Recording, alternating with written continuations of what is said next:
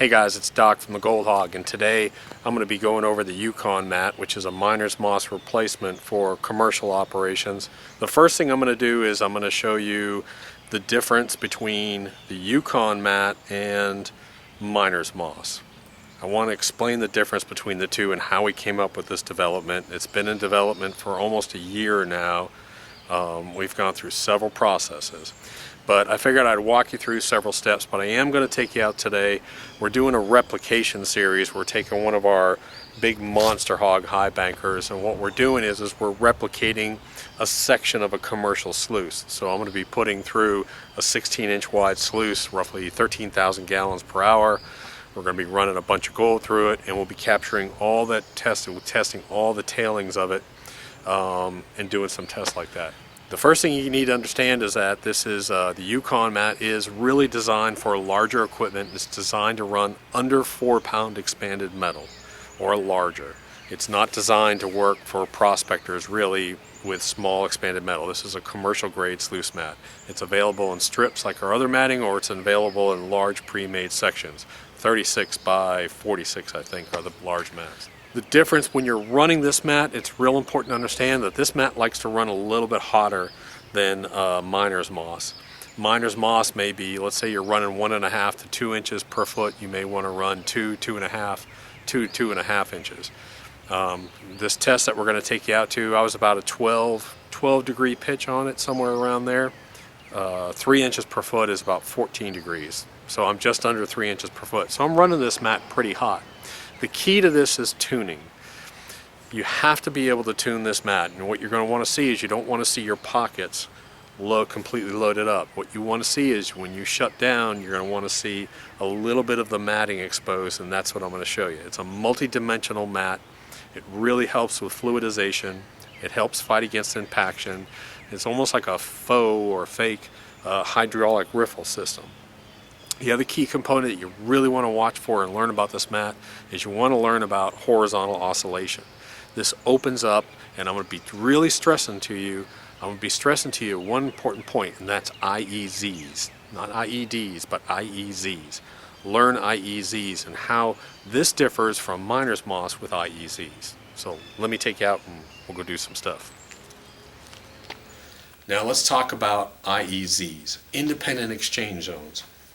I want you to imagine your large sluice system, and let's say it's 16 feet wide and it's 30 feet long. So you have 400 square feet roughly of sluice that's working here. The problem is that a lot of people look at that as one actual sluice system. Look at all this stuff that's going on, but when in fact that entire 400 square feet, your entire sluice system, comes down to one independent exchange zone, and I'm going to show you that here in a minute.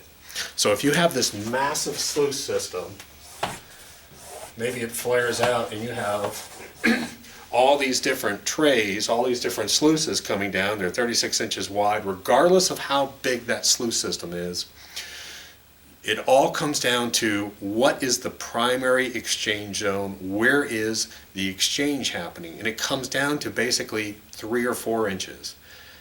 That changes with this Yukon mat, and let me show you exactly what I mean. Okay, so I've just thrown some down here on the floor so you can see this, but let's say that this is part of a sluice. That's a 400 square foot sluice system. When you put a piece of expanded metal onto miner's moss, it closes it down, and you have, this is your IEZ. So if you have this massive sluice system, it doesn't matter. It all comes down to this 3 inches. Nothing happens. As the water comes down, you create a vortex. That's where your exchange happens. So regardless of what's going on here, you take this and multiply this times 20, it's still all about this one zone. That's the exchange center. That's where it happens. Now let's take a look, and I'll show you the difference with the Yukon mat. Here's the difference with the Yukon mat. You still have this independent exchange zone here, but what ends up happening is there's a subculture underneath, and because it's semi-open under here, actual material oscillates horizontally, so it moves back and forth, and you really get this material energized. And what you'll see is you'll see particles dancing in this exchange zone, but they'll also be moving back and forth along underneath here too. So instead of just having your material locked in here where it cannot move side to side in here, the material that's being processed here cannot move over to here. Understand that. Get that point through your head. That's so important. This material here, as it's being worked and oscillated, can move over here or can move over here. So it can move back and forth on this. So instead of going to a 3-inch exchange zone being the determining factor of your sluice system, now you're going to have roughly, let's say, a 12 to 20-inch oscillating center that will actually work and hold the gold. That's why this system works so well. That's why it resists impaction, because it allows the material to move back and forth on here as well. Okay guys, so this is where we're going to start our commercial Yukon mat testing, and because it's technically late February, early March, it's still cold. It's 20 something degrees here this morning, so a lot of the commercial ops that are running are actually still frozen over, and we can't get a lot of analysis on specific tuning. So what we're doing is we actually built a partial commercial sluice. I want you to understand what we're doing. We're not running a high banker here. That's real important. We're not out here high banking. What we're doing is we're replicating a small section of a monster sluice. So like think about Gold Rush, you know, Monster Red or something. We're trying to replicate just one little single section in that is what we're doing. So what we've done here is we've got a large water system. This is a 3-inch, 14,000 gallons per hour system running into a monster hog, which it normally does not do. We have that with the Yukon mat that runs with 4-pound expanded metal or larger. So we've got this running all down. Then for our control testing and capture rate testing, it's going to drop into another sluice, which is another 8 or 9 feet long, and that's got cut river hog and talon in it. So any of the gold, I know that stuff's going to catch gold. I'm not worried about that. We run in our dredges all the time. But this is actually a good little setup, a good example of a good commercial operation setup too, where maybe you start with miner's moss and riffles, or miner's moss and expanded, then come down real steep pitch, come down to the Yukon mat and expand it, and then come out to bare matting. That's ideally the correct system, a multi-stage system. Different exposures, different exchanges, you're going to catch different gold. Now, the one thing I did want to show real quick is, let's talk about pitch. We're running this at right at 14 degrees. 14 degrees equals about 3 inches per foot. Yukon mat likes to run hotter than miner's moss. It's a dual exchange. There's multiple exchanges inside this mat. So you want to run it hotter than miner's moss. That's where we're going to run this system today. So you can see, and what we've done here is we've had to retrofit this. These are actually little bent rods, threaded rods, that are holding down this on top of the mat. But you can see the difference between what miner's moss looks like in here and what the Yukon mat looks like. We're going to be running material that we know is going to create a lot of issues for us. We've got a lot of black sand, we've got a lot of garnets, we're going to have a very high slurry viscosity. If you know anything about slurry viscosity, that's more so of an issue with plants in South Africa or in Africa. Sometimes South America has some issues with that, but any place you have the fine silt and you have that yellow-orange slurry, that's a real big issue, is that slurry viscosity. We've dealt with that, had to fix several commercial operations that had that issue. Now we've fixed that issue just running bare mats. But this material, this is almost like loam. This is excavated material. It's not clean. There's a lot of clay, there's a lot of silts, so my slurry viscosity is going to be very high. So this is going to be a good test for us. We're going to salt in gold into this, lots of fine gold, a couple pieces of bigger gold, but most of this gold is going to be probably 12 mesh, a lot of 50 mesh, 100 mesh, and 150 mesh gold. That's what we're doing down here. So That's going to be our main first test. Okay, so we're about to start running. You can see we've got our test dirt, and I'm going to be feeding in some of our salted material too. So we've got the 3-inch pump running into the system. We can only turn the water up so much on here. So you can see I've got a pretty good flow. We're running at about 12-degree pitch here. And then this is my capture rate testing sluice down over here. If there's any fine gold getting out of here, I know that that's going to grab it.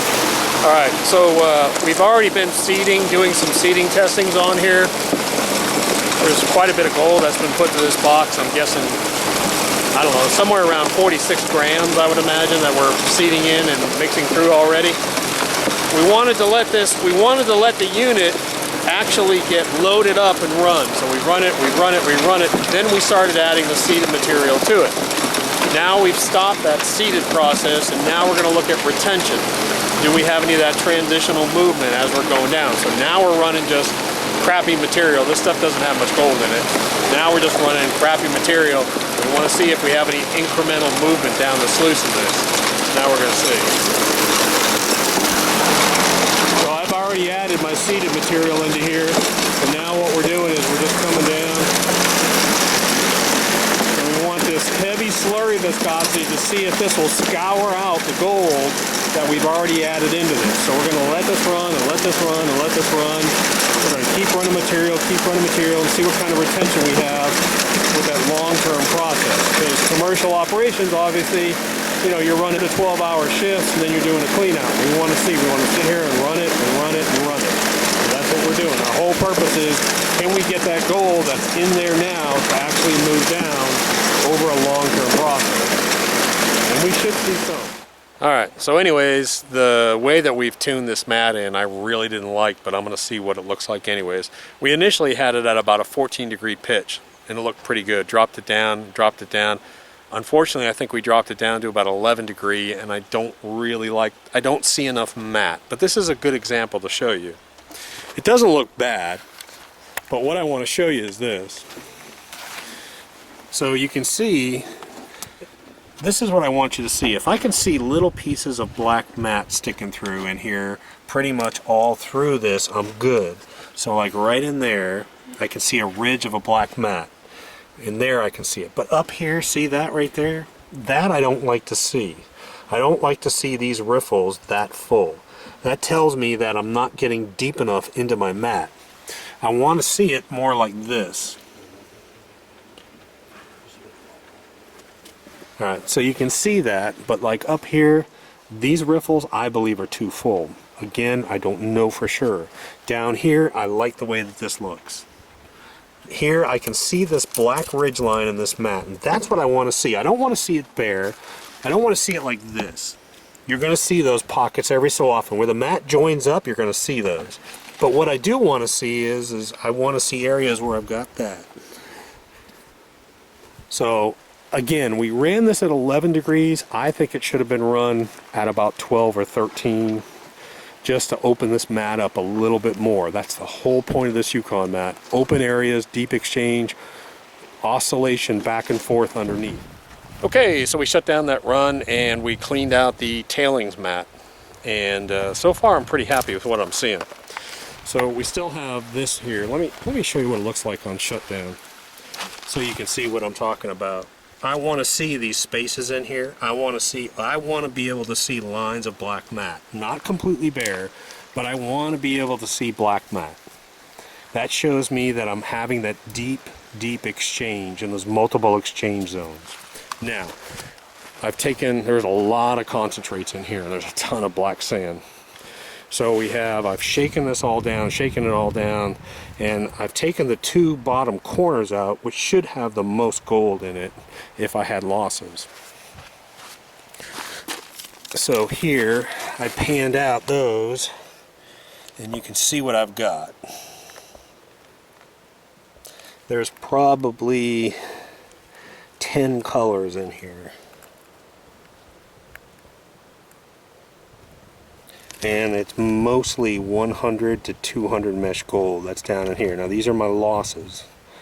So again, is there more gold in here? Yeah, there's probably about 3 gallons of concentrate sitting in here.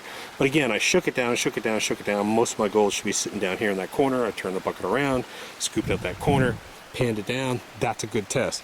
If that's all I'm seeing down in here, I know I've got approximately 47 grams of gold that'll be sitting probably in here. Okay, now that we're pulling this mat out of this thing, I can show you where this was up under the header box. Now the water is just absolutely blasting. I've got this little piece of punch plate over this, and you can see the gold inside there. All right, now you can see it. Now you can see that gold in there.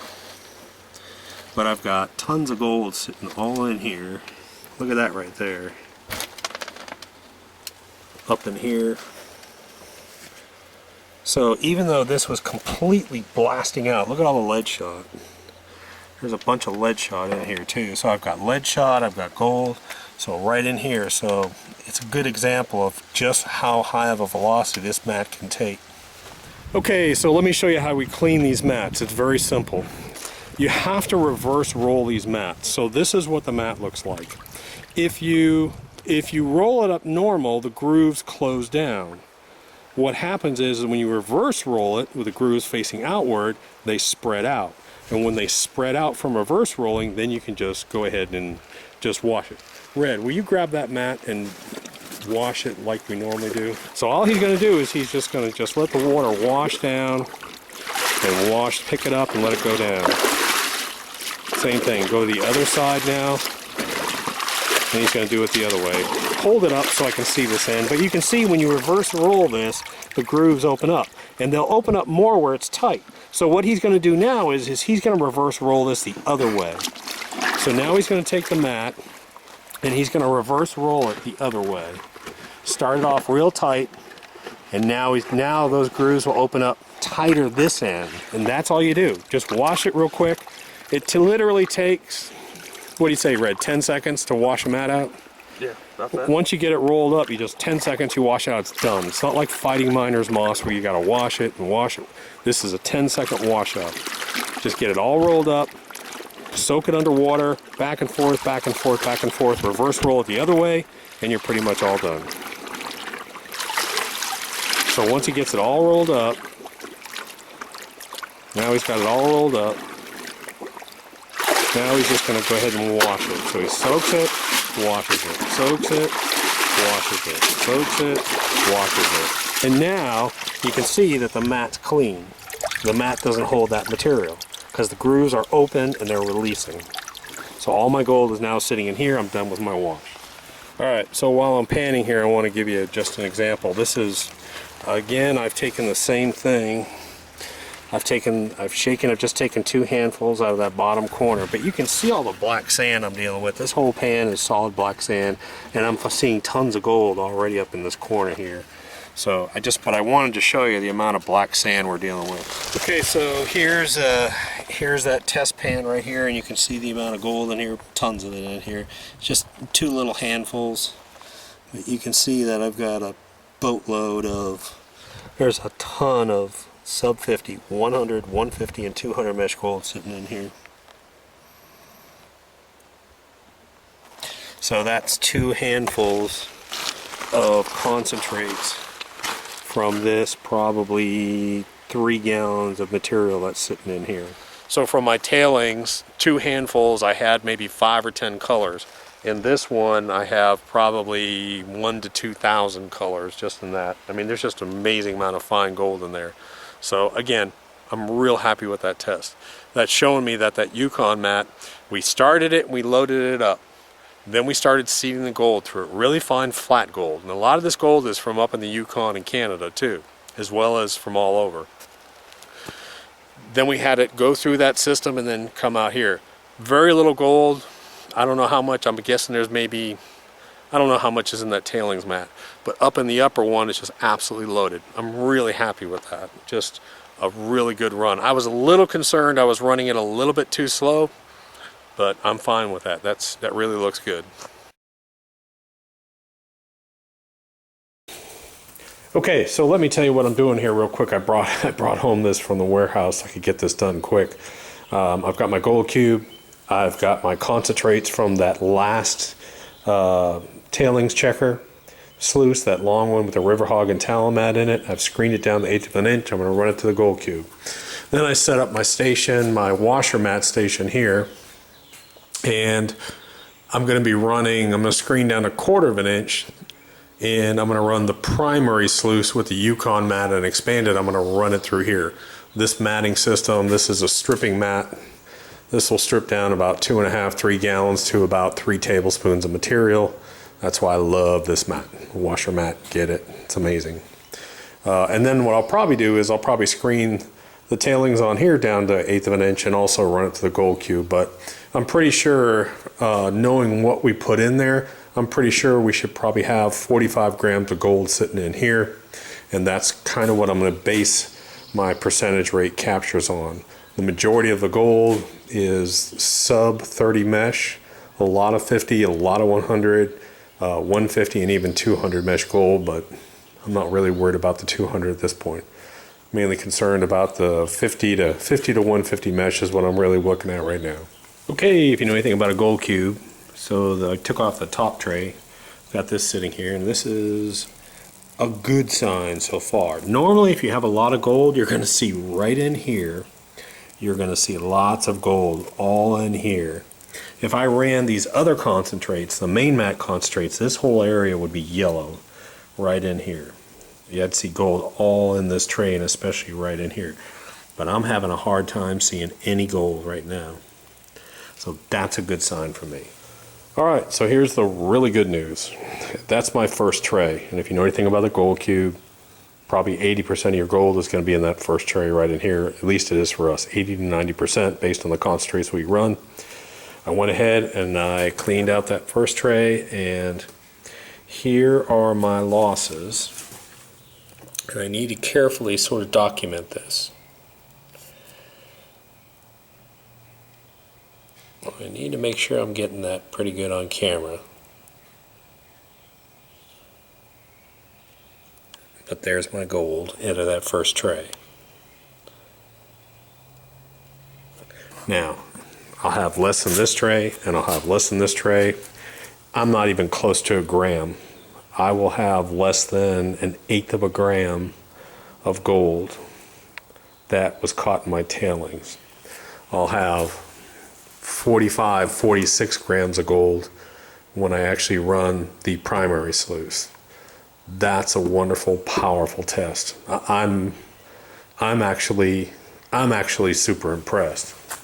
Hey guys, I gotta say, I'm actually kind of shocked that Yukon mat in that setup did that well and performed that well. I was hoping for a 90-95%.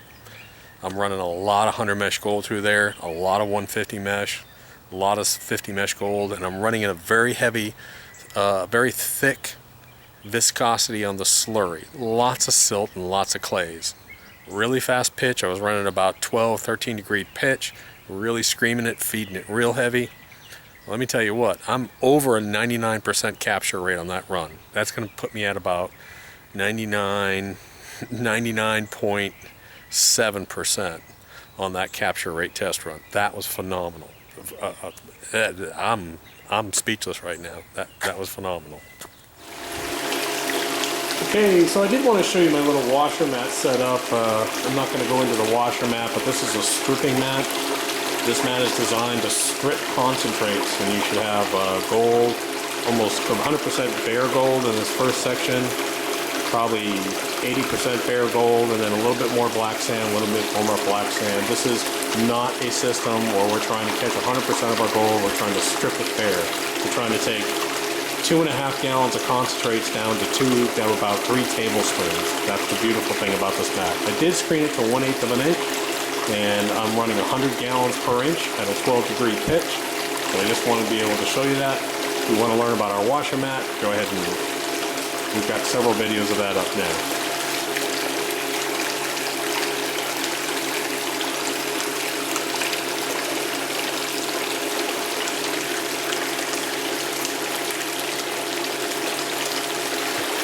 Alright, but But I did want to show you just to understand how much gold we're putting through this system.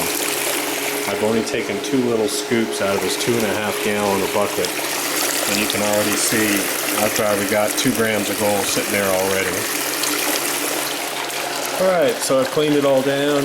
I've run all that stuff through. It took me a few minutes. You can see I've basically got pure gold here. First mat, close to pure gold, and a second gold mat, and then I get less and less and less and less and less. I'll have a little bit all the way down.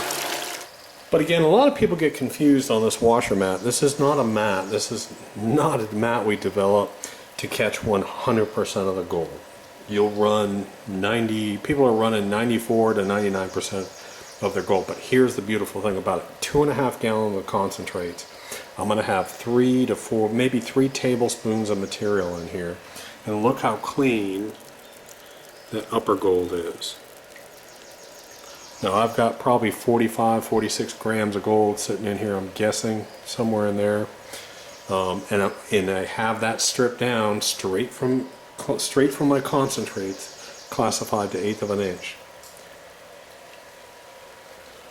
And I will have a little bit out here. Now I'm going to rerun the tailings, and you'll see I'll find a little bit.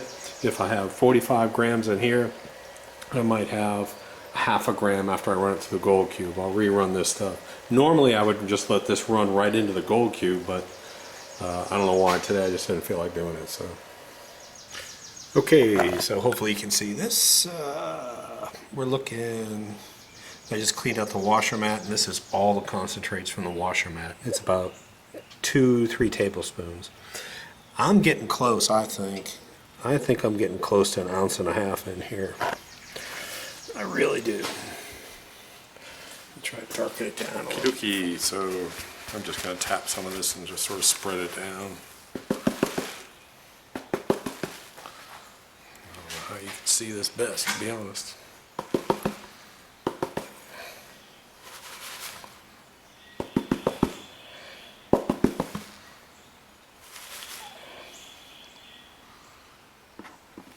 I don't even know if you can really get in there and see that super fine stuff, to be honest.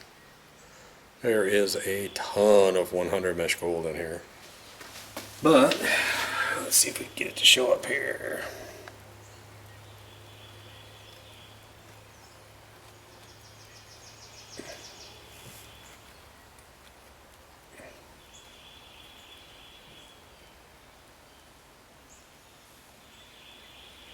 So this is the kind of stuff I'm talking about. I mean, this is just loaded. Again, I'm thinking about 1.5 ounces. I'm probably closer to 50 grams sitting in here. But this is just absolutely packed with super fine gold.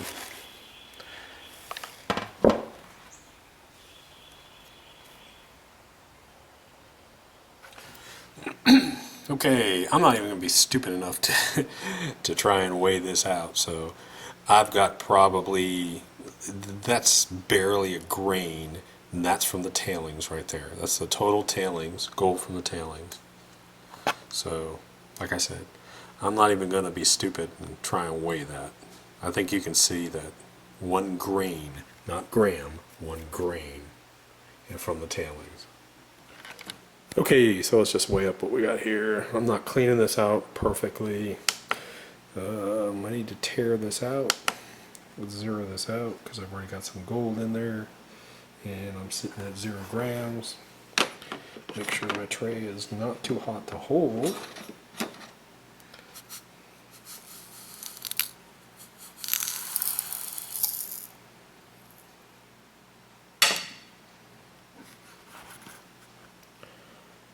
.64 grams. Pretty good. 49.64, not perfectly clean. Good results.